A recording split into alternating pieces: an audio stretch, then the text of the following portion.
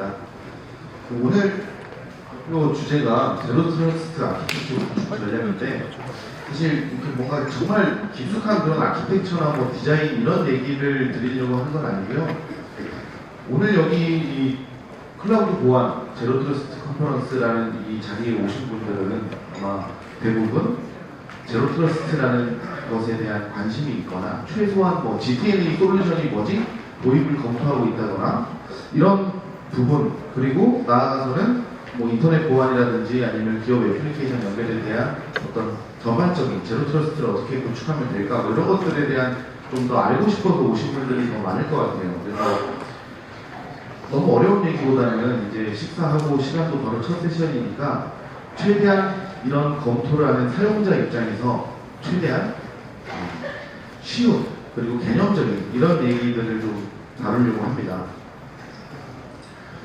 그래서 이제 보면 대부분 시장이 벤더들이 먼저 움직이고 그 다음에 시장이 따라옵니다. 그리고 이 시장이 따라오는 거에는 어떤 정부나 어떤 컴플라이언스 가이드라인이 이제 수반되면서 시장이 움직이기 시작하는데, 사실 이런 뭐 섹시나 SASE 플랫폼 이런 것에 대해서는 자세히 이제 뒤에서 말씀드리겠지만, 꽤나 오래전부터 나와 있던 프레임워크 또는 뭐 어떤 구속형 서비스입니다. 그런데 이런 여러 가지 방금 말씀드린 요건들이 최근에 와서야 이제 드디어 우리도 이제 도입 검토를 제대로 한번 해봐야겠다라는 시점이 온 것 같아요. 그래서 최근에 저희도 굉장히 문의도 많이 받고 이제 많은 대보도 진행하고 있는데, 먼저 좀 말씀을 이 자리에서 드리면 이런 배경에 GTNA라고 하는 게 지금 최근에 많이 화두가 되기를 하는데, 이제 제로 트러스트라고 하면 이꼴은 GTNA라고 인식하는 분들이 또는 오해하는 분들이 되게 많으신 것 같아요. 그래서 그런 부분, GTNA가 어떤 건지, 그리고 제로 트러스트와 어떤 관계가 있기 때문에 어떻게 이용하면 되는지 뭐 이런 것들에 대해서 좀 설명을 드리고, 그 다음에 셋이나 SASE 플랫폼이 어떻게 구성되고 어떻게 동작되는지 이런 부분에 대해서 좀 말씀을 드리고요. 그 다음에 그런 사업자들이 제공하는 솔루션들이 어떤 형태로 제공되는지 이렇게 발표를 진행하도록 하겠습니다.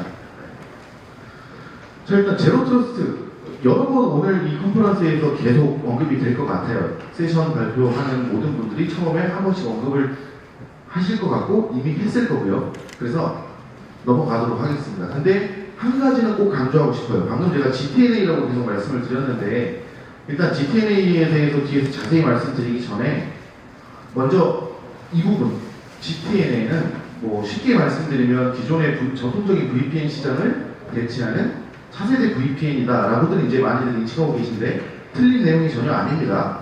근데 이 부분이 내부의 연결에 국한되는 거죠. 기존의 VPN은 인터넷 구간에 대한 보안이 아니라 내 기업 애플리케이션들을 꽁꽁 숨겨놨는데 거기에 안전하게 접속하기 위한 목적이었어요. 그리고 이걸 대체하는 게 GTNA라는 솔루션입니다. 제로 트러스트라는 원칙을 또는 어떤 보안 모델을 기반으로 한. 그래서 이제 간략히만 짚어보면 결국 제가 강조하고 싶은 건 뭐냐면, 제로 트러스트라는 기존의 어떤 경계선 보안 모델을 완전하게 대체하는 이 보안 모델은 내부의 연결만이 아니라 외부, 여기서 외부라고 얘기하는 건 결국 인터넷이겠죠. 외부와 내부 모두에 대한 어떤 제로 트러스트 보안 모델 적용이 반드시 필요하다라는 부분을 이제 강조하면서 말씀드리도록 하겠습니다. 자, 일단 이 제로 트러스트 보안 모델의 등장 배경, 최대한 좀 쉽게 말씀드려볼게요. 일단 SaaS, 대부분의 기업에서 SaaS 거의 대부분 이용하고 계실 거예요. 뭐 예를 들어서 망분리가 되어 있다거나 이렇지 않는 한, 그래서 사용할 수 없는 환경이 아닌 한 기업의 생산성을 효율적으로 사용하기 위해서 슬랙, 뭐 지라, 5365, 구글 워크스페이스 등 엄청나게 많습니다. 이런 SaaS가 사실상 최근에는 거의 기업의 필수 애플리케이션으로 자리매김 이미 했죠. 그런데 기존의 경계선 보안 모델일 때에는 우리 직원이 오피스에 있고 내 데이터 서버가 데이터 센터에 있었습니다. 명확하게 구분이 지어지기 때문에 경계선에서 보안을 잘 하면 됐어요. 그런데 SaaS를 생각해보면 SaaS는 누가 제공하죠? SaaS 사업자가 제공하는 거고 인터넷에 클라우드에 있는 거예요. 그러니까 어디에 있는지 보호하기가 굉장히 애매합니다. 그죠? 저점 지역이 없잖아요. 자, 그리고 지금 말씀드릴 이 사용자, 과거에는 어떤 브랜치나 지사나 본사에 정확히 직원이 근무하는 위치가 정해져 있었습니다. 그런데 뭐 워크 프롬 애니웨어라고 얘기하는 직원들이 돌아다니고 사용하는 기기가 굉장히 많아지고 어디서든 일을 하기 시작하는 거예요. 자, 그럼 어떤 문제가 생기냐? 기존의 경계선 보안 모델은 명확하게 위치가 있다고 했잖아요. 그런데 이 통신하는 주체들이 다 움직이기 시작하는 거예요. 경계선 보안으로는 더 이상 방어가 안 되는 거죠. 왜? 사용자, 디바이스, 애플리케이션 데이터가 계속 다른 곳으로 움직이니까. 그리고 내가 경계선 보안을 구성할 수 없는 위치에 제공되는 사스니까. 자, 이런 부분 때문에 이제 이런 제로 트러스트 보안 모델이라는 게 굉장히 각광을 받기 시작한 거고, 이런 문제를 이제 초창기에는 기업에서 어떻게 해결을 하려고 했냐? 백홀을 합니다. 어떤 얘기냐면 겹겹이 쌓여있는 보안 스택들이 있는 본사로 트래픽을 다 땡기는 거예요. 이걸 백홀이라고 하죠. 그래서 인터넷으로 다이렉트로 나가도 되는, 예를 들면 사스를 향했던 그런 트래픽을 전부 다 보안 장비들이 구성되어 있는 위치로 땡깁니다. 그리고 거기에서 보안 검사를 하고 인터넷으로 가거나 기업 애플리케이션으로 다시 연결을 해주는 방식을 취하는데 문제가 생기죠. 그 많은 트래픽들을 전부 다 백홀을 하다 보니까 백홀 스위치만큼 보안 장비들도 덕치가 커져야 돼요. 트래픽도 요즘에 되게 용량이 되게 큽니다. 어떤 되게 기기도 다양하고, 이런 문제들, 여기 나열해놓은 코스트, 퍼포먼스, 뭐 통화, 메인터넌스 이런 것들에 대한 전반적인 문제가 생기면서 이런 인터넷 트래픽들이 이제 거의 대부분을 차지하는 그런 시대가 온 거죠. 자, 그리고 이렇게 VPN을 통해서 백홀을 시키다 보면 문제가 또 생깁니다. 어떤 문제냐? 뭐 우리가 레터럴 무브먼트라고 이제 얘기를 쉽게 하는데, 좀 쉽게 예를 들어볼게요. 대부분 예를 들어보겠습니다. 저희가 외근을 나가요. 그런데 외근을 나갔는데 목적지가 있습니다. 그러면 뭐 명함이나 신분증을 제시하고 카드를 받습니다. 그리고 그 층에 가서 태그를 하고 그 층을 돌아다녀요. 자, 어떤 얘기냐면 기존의 VPN을 잘 생각해 보세요. 네트워크가 연결되면 최소한 그 네트워크에 있는 곳은 다 돌아다닐 수 있어요. 그것처럼 내가 연결이 되면 그 층에 방문을 하면 그 층에 있는 모든 곳을 다 돌아다닐 수 있다는 거죠. 이런 것들 때문에 이제 한 곳이 침해 사고가 발생했을 때 측면으로 횡단 이동이 가능하다라는 부분을 이제 레터럴 무브먼트라고 하는 거고, 이런 것들을 이제 종합적으로 대체를 하기 위한 보안 모델을 고려하다 보니까 제로 트러스트라는 보안 모델이 다시 각광받게 된 겁니다.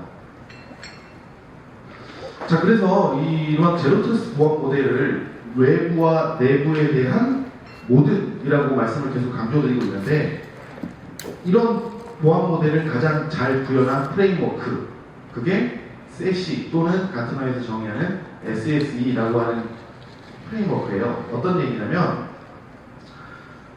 사업자가 제공하는 플랫폼에 보안 스택들을 다 제공하고 있습니다. 그리고 사용자의 모든 트래픽은, 기기의 모든 트래픽은 나에게 보내. 엣지라고도 부르고 팝이라고도 불러요. 자, 그러면 사용자의 모든 트래픽이 전부 다 이 사업자의 플랫폼으로 들어오는 거죠. 그리고 여기에는 우리가 알고 있는 시큐어 웹 게이트웨이, 캐스비, GTNA 뭐 이런 여러 가지 보안 솔루션들이 제공되고 있는 거예요. 그리고 여기에서 보안 검사가 일어난 다음에 인터넷을 향하는 트래픽은 다시 인터넷으로 보내주는 거고, 물론 보안 검사가 통과된, 그리고 기업 애플리케이션을 향했던 기존의 VPN을 이용했던 이런 것들은 GTNA라고 얘기하는 터널을 통해서 기업 애플리케이션으로 다시 넣어주는 이런 방식을 취하고 있는데, 그래서 그 세시나 SAC 플랫폼이 결국은 제로 트러스트 보안 모델을 가장 이상적으로 잘 구현한 플랫폼이다라고 이제 말씀을 드릴 수 있습니다. 결국 이런 것들이 어떤 장점을 제공하냐면, 기존의 네트워크는 다 그대로 두고, 이 말씀을 먼저 드릴게요. 저희가 제공하는 서비스는 SAC 플랫폼입니다. 그러면 세시랑 SAC가 뭐가 다른 거지? 자, 세시는 네트워크와 보안을 하나로 합친 거예요. 하나로 입힌 겁니다. 그러니까 보안이 입혀진 네트워크 자체를 이용하는 거고, 네트워크와 보안이 하나예요. 자, 근데 이러다 보니까 기업에서 이런 것들을 도입하기가 되게 쉽지가 않습니다. 글로벌 사업장이 있는 기관이 네트워킹과 보안팀의 협조를 통해서 많은 기관과 시간을 들여서 변화를 해야 돼요. 그러다 보니까 세시라는 플랫폼이 좋기는 한데 아직은 아닌 것 같아. 레퍼런스가 별로 없어. 이런 문제점 때문에 가트너에서 자 좋아 그러면 세시가 아니라 SD-WAN이라고 하는 이 부분, 액세스에 대한 부분을 떼내. 자 그럼 어떻게 되냐? 네트워크 다 그대로 두고 플랫폼 사업자가 제공하는 보안을 그대로 그냥 보안만 이용해 라고 하는 개념이 시큐리티 서비스 엣지라고 하는 SAC 플랫폼의 그 개념이에요. 자 그래서 이런 SAC 플랫폼이 제공하는 장점은 여기 이제 제가 기재를 해드렸고 단순합니다. 하나의 콘솔에서 모든 보안 서비스를 통합적으로 관리할 수 있다. 우리 직원이 한국에 있다가 미국을 가든 일본을 가든 어디에 가서 어떤 기기로 접속하든 그 신원과 인증이겠죠. 신원과 맥락을 기반으로 해서 권한이 있는 최소한의 애플리케이션으로만 연결을 시켜준다라는 그런 플랫폼입니다. 자, 그래서 방금 말씀드린 이런 여러 내용을 짧게 추격해보면 사용자는 언제 어디서든 인터넷과 기업 애플리케이션에 빠르고 안전하게 액세스할 수 있다라는 그런 내용이고요. 이런 사업자들은 결국은 많은 엣지, 팝을 가질 수밖에 없어요. 왜냐하면 아까 말씀드렸듯이 사용자의 기기에 트래픽이 가장 가까운 곳으로 연결된다고 말씀드렸잖아요. 자, 그러려면은 최대한 많은 팝이 구성되어 있고 엣지가 구성되어 있고 그리고 가장 가까운 엣지로 연결되고 이래야지만 트래픽의 어떤 레이턴시나 뭐 이런 부분에 문제가 되지 않겠죠. 그래서 이런 일종의 오케스트레이션을 위해서 사업자는 굉장히 많은 팝들을 계속 투자를 하고 확장시켜 가고 있고요. 예, 그리고 이제 이어서 말씀을 드리면 저희는 시큐어 리모트 액세스라고 하는 서비스 이름으로 GTNA를 제공하고 있고 그 다음에 시큐어 인터넷 액세스라고 얘기하는 이 서비스로 인터넷 보안에 대한 솔루션들을 제공하고 있습니다. 그래서 이 부분에 대해서 이제 뒤에서 계속 말씀을 드리기로 하고요. 근데 그러면 어떻게 트래픽을 보낸다는 거지? 자, 여기 보시면 가장 일반적이고 공고하는 방식은 기기마다 커넥터를 설치하는 거예요.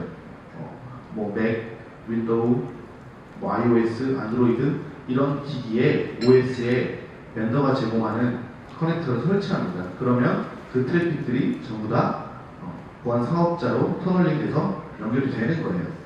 자, 그리고 두 번째 방식은 흔히 IPsek이라고 얘기하는 표준 연결.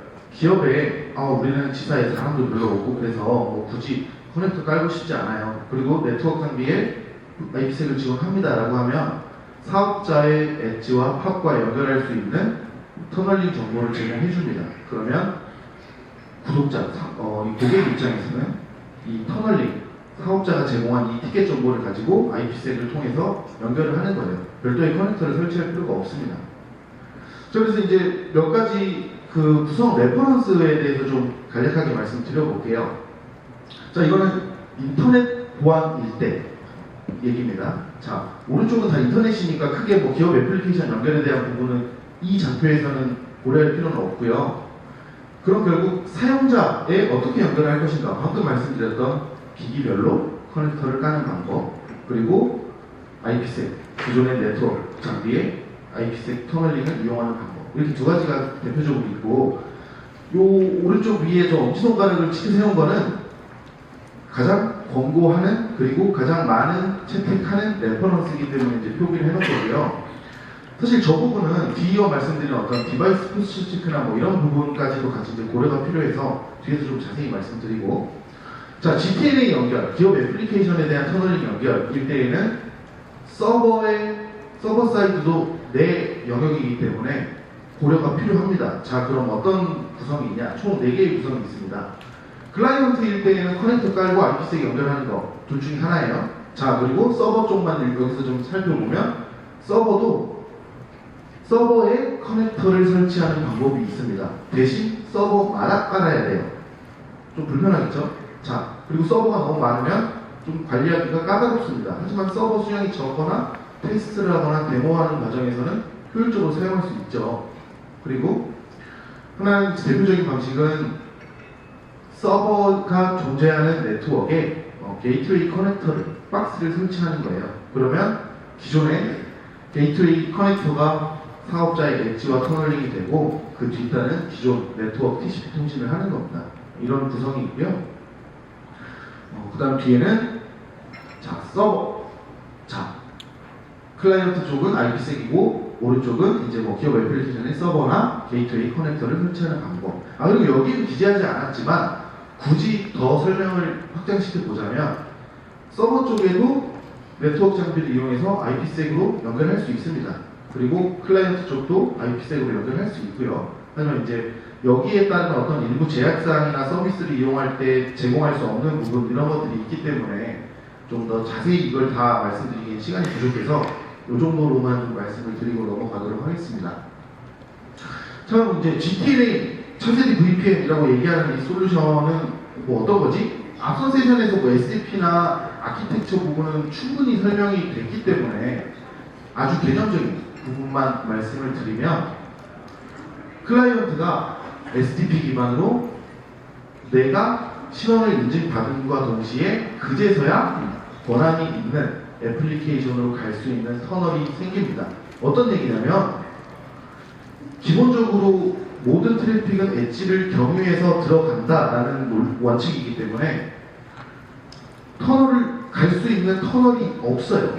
그리고 어떤 얘기냐면 내가 그 서버에 도메인 정보를 알고 있다고 해도 연결을 일반적으로 인터넷에 있으면 URL 주소를 넣고 들어가면 연결이 되죠. 근데 이 경우는 다릅니다. 터널을 통했고 터널에서 보안 검사를 하고 이때 디바이스 포스처 체크라고 얘기하는 뒤에서 설명드릴 부분이라든지 아니면 꼭 디바이스 포스처 체크가 아니더라도 기기의 OS 종류, 버전, 그 외에 위치, IP, 시간, 스케줄 이런 것들을 전반적으로 고려하고 컨디션이 충족되면 그제서야 연결이 되는 거예요. 자, 그러니까 갈 수 있는 길이 없다라는 이런 표현을 하는 거고 이 뒤에서 말씀드릴 앱 세그멘테이션 사실 이 부분이 기존의 VPN과 가장 큰 차이라고 말씀드릴 수 있을 것 같아요. 애플리케이션별로 연결할 수 있는 세그멘테이션을 다 쪼갠다는 거죠. 예를 들어서 내가 개발자면 개발과 관련된 시스템들만 연결을 하면 되는 거고 내가 기획자면 개발과 관련된 부분의 일부 그리고 또 관련된 이슈 트래킹하는 시스템이라든지 이런 것들 되게 다양하겠죠. 그러니까 권한이 있고 필요로 하는 것만 연결될 수 있도록 애플리케이션 기반으로 제어한다는 거예요. 그래서 이거를 이제 애플리케이션, 앱 세그멘테이션이라고 이제 표현을 하는데 이때 이제 디바이스 포스처 체크라고 얘기하는 것이 굉장히 효과가 있습니다. 자, 어떤 부분이냐? 어떤 역할 기반도 기존의 어떤 알백 이런 게 아니라 역할 기반이면서 우리가 컨텍스트, 맥락이라고 얘기하는 이런 것들을 같이 충족을 시켜줬을 때 더 엄격하게 보안을 적용하거나 좀 더 느슨하게 적용을 해준다거나 이런 것들을 하는 거예요. 어떤 거냐면 기기에 커넥터가 설치되는 것을 권고하는 이유가 이겁니다. 왜냐? 기기에 설치가 돼야만 알 수 있는 정보들이 이거거든요. 예를 들어 기기에 어떤 안티바이러스가 깔려 있는지 안티바이러스가 EDR이 깔려 있는데 보안 점수, 보안 스코어가 80점 이상인지 또는 레지스트리에 어떤 값이 쓰여 있는지 또 인증서, 파일이 존재하는지 이런 것들 기기에 설치되어야만 알 수 있는 이런 정보들을 가지고 룰셋을 구성하는 거죠. 이 사용자가 특정한 애플리케이션을 연결한다라고 가정했을 때 어떤 회사가 승인한 기기가 아니면 접근할 수 없어. 또는 회사가 승인한 기기이면서 보안 점수가 충분히 높아야 접근할 수 있어. 이런 것들에 대한 규칙인 거죠. 그래서 디바이스 포스처 체크를 하기 위해서 사실 많은 셋이나 SAC 사업자들이 커넥터 설치를 권고하는 거고요. 네, 그리고 이제 앱 런처라는 게 있습니다. 이거는 어떤 거냐면 GTNA를 연결했어요. 그런데 클라이언트에 커넥터가 있어야지만 엣지로 트래픽이 오는 거고 그럼 거기를 이용해서 터널링이 연결된다고 말씀을 드렸잖아요.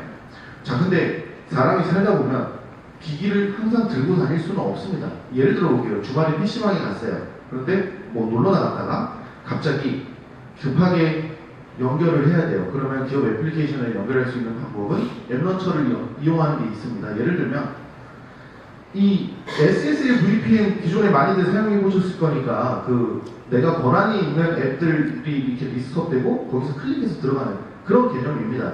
그러니까 내가 기기가 없을 때에도 사업자가 제공하는 포털을 통해서 여기에서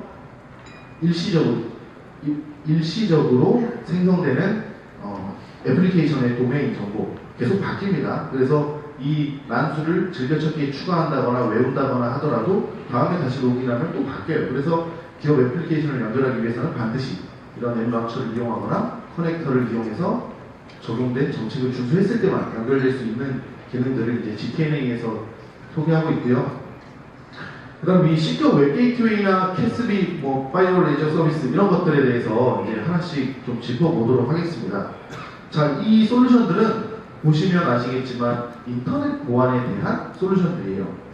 C격 웹 게이트웨이는 기존에 많이들 알고 계실 것 같아요. 웹에 대한 전방위적인 보호를 하는 솔루션입니다. 어떤 분들은 URL 필터링 솔루션이라고도 알고 계신 분들이 계신데 단순히 URL 필터링 영역이 아니라 어떤 웹에 대한 문지기로서 굉장히 세부적인 제어를 할 수 있습니다.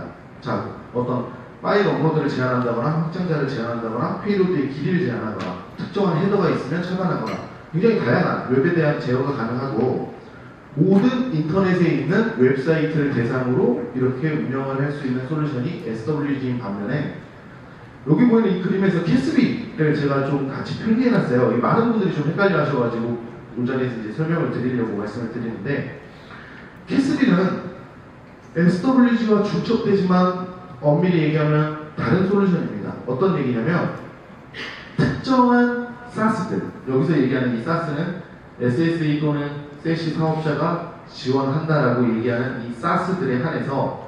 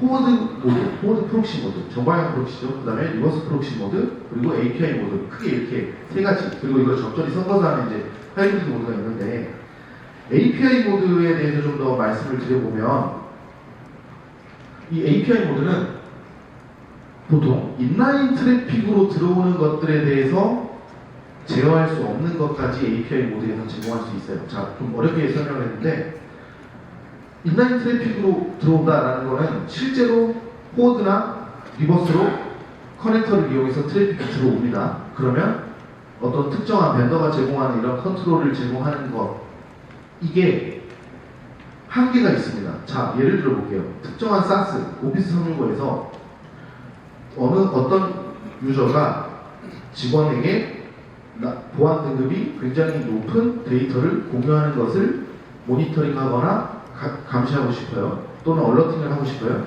그런데 이렇게 실시간 인라인 트래픽으로 들어올 때에는 쉽지 않습니다. 왜냐하면 그 메타데이터라고 표현을 하죠. SaaS에 그 존재하는 데이터들의 메타데이터, 예를 들면 아까 말씀드린 보안 등급 이런 정보를 실시간 트래픽에서는 알 수가 없어요. 자, 그런데 API 모드에서는 전혀 다릅니다. 그 SaaS가 제공하는 API에 대해서는 다 조회하고 그 정보를 가시적으로 뿌려줄 수가 있어요. 그래서 이제 이런 API 모드를 주로 이제 많이들 이용하시고 캐스비는 이런 부분이 SWG와 이제 크게 다르다라고 말씀을 좀 드리고요. 파이어월 레이저 서비스는 뭐 많이들 알고 계실 것 같아요. 뒤에 말씀드리는 이런 NG-DPI와 함께 제공되는 솔루션인데 기존의 전통적인 그 NG 파이어월 생각하시면 됩니다. 어떤 HTTP가 아니라 실제로 네트워크 애플리케이션, 뭐 카카오톡이나 윈도우 업데이트, 그다음에 뭐 슬랙 지라, 그다음에 PC에 설치된 이런 애플리케이션들 있잖아요. 이런 것들을 이제 네트워크 애플리케이션이라고 부르고 이런 네랩까지도 제어할 수 있는 기존의 엔진파이어의 기능이라고 보시면 될 것 같고요.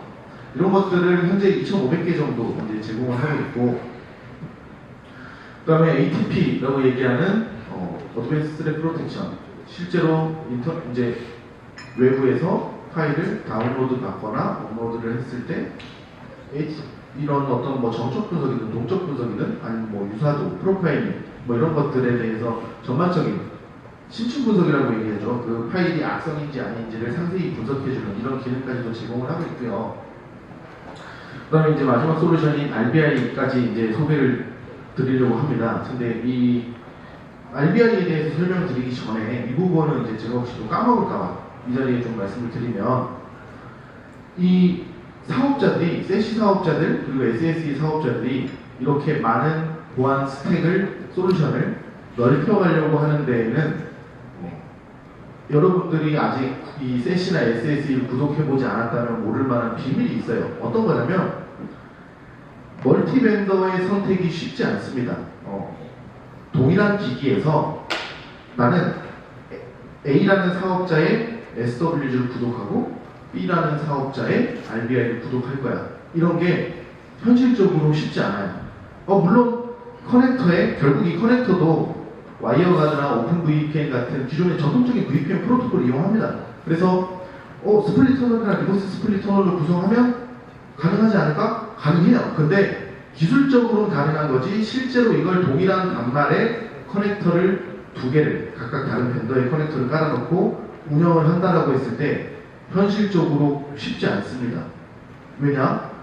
이 벤더들은 각 이 세시나 SSE 플랫폼 자체가 모든 트래픽이 나한테 온다라는 컨셉에서 출발을 했기 때문에 이 커넥터에서 어떤 멀티 벤더를 이용한다거나 이런 것들을 전혀 고려하지 않았어요. 그래서 하나의 사업자만 이용할 수 있는 게 사실상 현재의 어떤 허들 정도로 이해하시면 될 것 같고, 그렇기 때문에 이런 사업자들도 계속 보안 스택 솔루션들을 넓혀가려고 하는 겁니다. 왜? 내가 다 한 곳에서 제공을 해야지 구독하는 고객 입장에서 훨씬 더 고려할 사항들을 줄여줄 수 있기 때문에.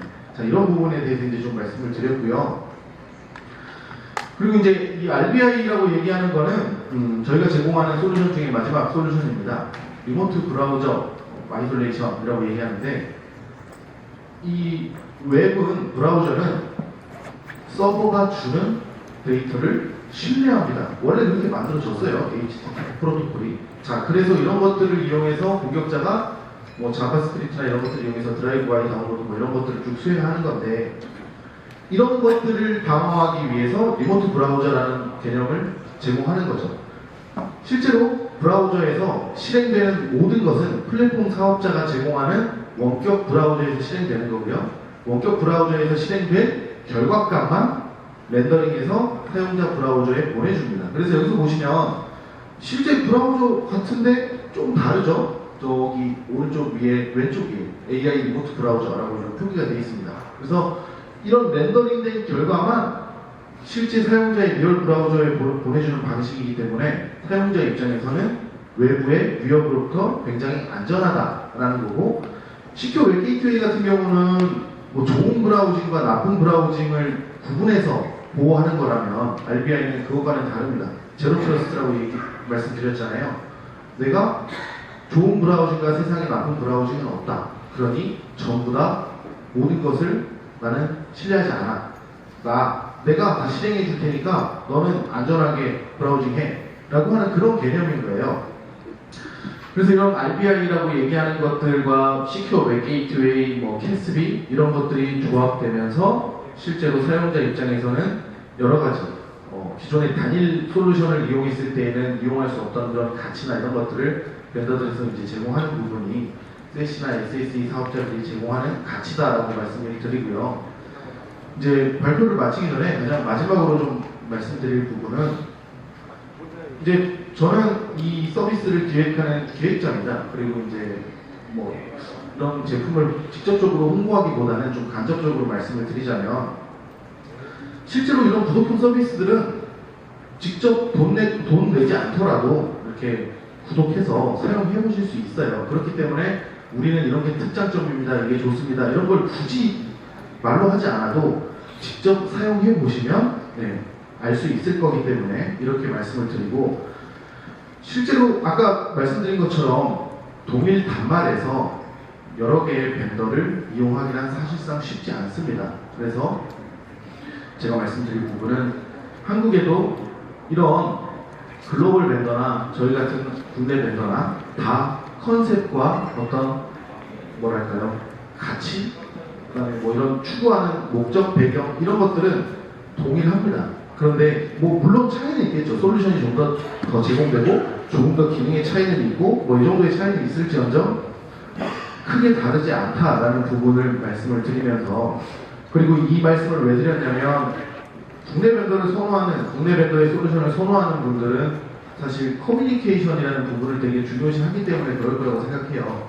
그래서 한국에도 이런 SAC 플랫폼을 기반으로 해서 서비스를 제공하는 모니터레이드라는 회사가 있고 아이오 클라우드라는 서비스가 있습니다. 그래서 이런 커뮤니케이션적인 부분까지도 고려한다면 실제로 셋이나 SAC 도입, 뭐 제로 트러스트 보안 모델을 어떻게 잘 해야 될까라는 것을 검토하실 때 좀 고려를 해 주셨으면 좋겠다는 말씀 드리면서 발표 마치도록 하겠습니다. 감사합니다.